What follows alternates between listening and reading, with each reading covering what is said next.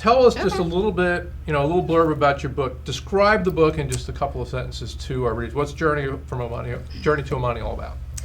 Journey to Ohmani is a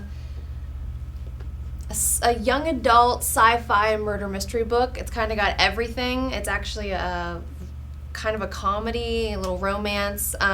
Basically, it's about an 18-year-old surfer kid in a really small, antiquated town. And where he lives, it's not really that up to date with technology. And his mother is a hospitality technician, which is fancy word for maid in the future. She's a maid at a hotel, and his mom's best friend is murdered.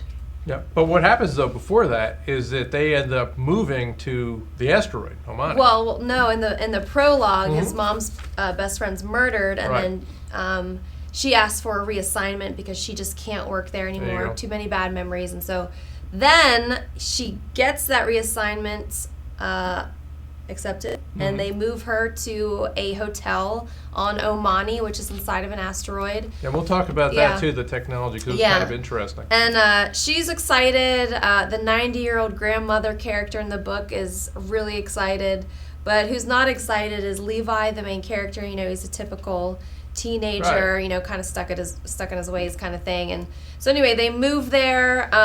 There's no surf on an asteroid, dude. No, there's no ocean on the asteroid, So they go there, and anyway, very shortly after, the book explodes. Okay, so there's bombs, and there's another murder, and so his mom's is actually arrested. So the book is basically him in this new, crazy, technologically advanced world by himself while he has his 90-year-old grandmother there, and while his mom's in jail, and he has to try to solve what is going on. It just seems like his whole world is turned upside down. Literally, right? Yeah, in fact, literally in some cases. Explain how that works, because that was one thing that I really like, because when you think of a city in space or whatever, you think of just like down here. You've got gravity. You got the city, the buildings are here, but the way that it's made, they actually do it inside the asteroid, so they've got two cities. Yeah, so if this was the asteroid, the city would actually be, they carved out the middle, so the city is on the top and at the bottom, and they spin it for artificial gravity, so you could be on the bottom and looking up, and there'd be a city coming down at you. I only had that happen after I've had a lot of alcohol.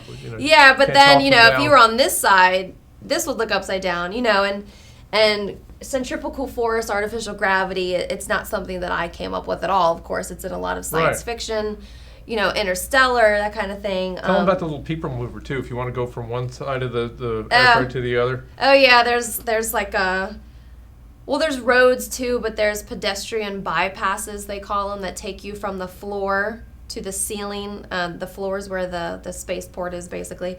And so, it takes you up.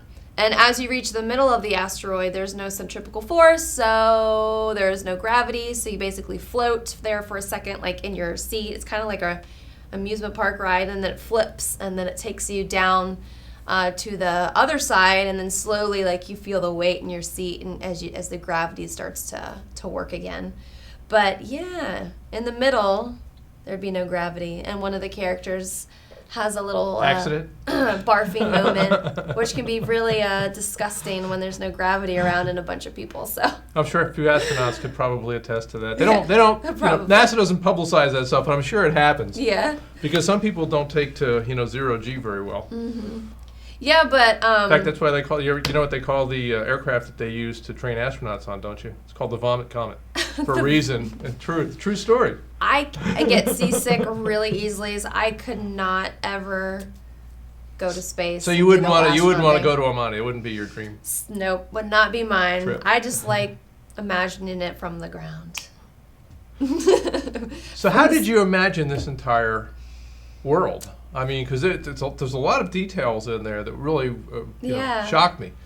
So world building, I feel like, is just so important for science fiction, Terraforming, and you have to really imagine yourself there, or else you're not going to like the story. So it's pretty detailed, but at the same time, it definitely developed a lot over time. Like I originally had the city on the outside of the asteroid, right. And then you think about it, you're like, that wouldn't make any sense. There's no air, no atmosphere. there's no protection from radiation. Right. So you kind of. I've spent 10 years thinking about this book. I mean, literally, like 10 years working out all the details. So I had pretty much figured out, but like the pedestrian bypass, like I didn't get to that part till I was actually like sitting there writing it, like, whoa, this is so cool, like and I so a lot of things. What I thought was cool too is you referred to it as the Las Vegas of space. Yeah, the Las Vegas of space. Yeah, I've never been to Las Vegas. Don't actually. Worry. You've missed it. It's not Las Vegas anymore. But you know how everyone thinks of Las Vegas, just like crazy lights, lots of culture, lots of debauchery, I guess. So that's kind of Ohmani is a mandatory port of customs. Right. Like if you want to go anywhere else in space, you have to go to Ohmani first. Because it's located between the Earth and the Moon. Yes, and if you want to go, tell them how it got there too. That was kind of an interesting story. Yeah, so it's kind of like the backstory to the book. Yeah, the backstory. Why is there an asteroid there in the first place? It kind of is described in the prologue of the book. Basically, it's typical asteroid coming towards Earth. Armageddon. Right? Yeah. And we're all going to die. We're all going to die. Yeah. The asteroid's huge, and we can't stop it. Bigger than the one that wiped out the dinosaurs. Yeah. Party's over, dude. Yeah, so everyone is like, the whole world knows that life on Earth as we know it is going to end. So everyone's kind of like bracing each other. Some people have already killed themselves. The government has given like little pills that help. Basically, they act as like a anesthetic or whatever to knock you out, so you don't have to feel anything. And then we're saved basically by aliens. The aliens. Yeah, and they're friendly aliens. They're friendly. Thank goodness. Aliens. Yes.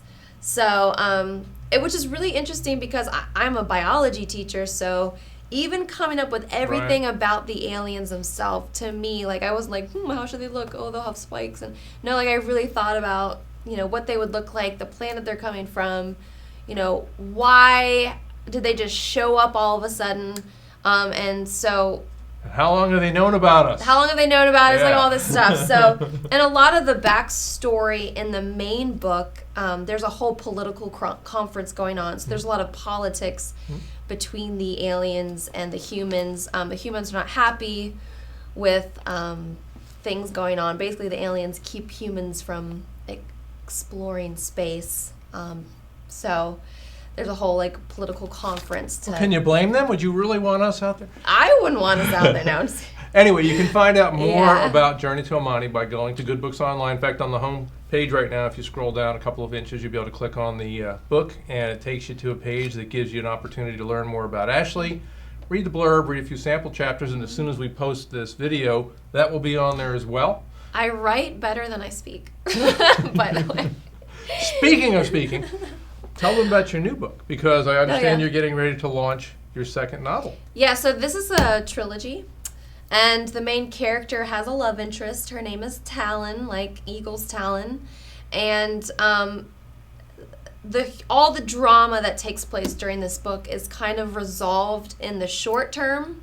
Kind of like Harry Potter, each book kind of wraps up, but there's still the huge bad guy out there, So it wraps up, and then the problem kind of gets passed on to his love interest. So her name's Talon, and the second book is called An Eagle's Revenge. Mm-hmm. And it takes place... Is that on Ohmani too? Actually, no, it takes place 5 years after this book. And she has just finished, it's basically like a Black Ops program. Okay. And so basically she's training to bring him down.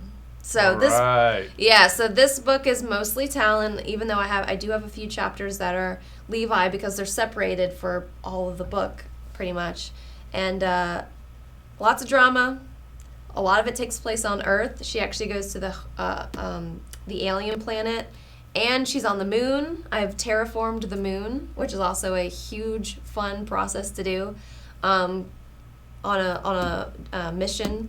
And she also she's all over the place. There's that's more the book where, you know, they're going to the moon, they're going to another exoplanet, they're going to the aliens planet, there's like scenes on Earth, there's a big solar storm. So what you're saying is the journey continues. Yes, the journey really continues. It gets crazy. And then the third book, oh man, I can't even give you any major clues because it'll give away the ending of the second book, but it's gonna be like no book that's ever been written. It's gonna be insane. And I have some scientists that I actually sit down with, and I have coffee with once a month, and we sit down and we talk about things.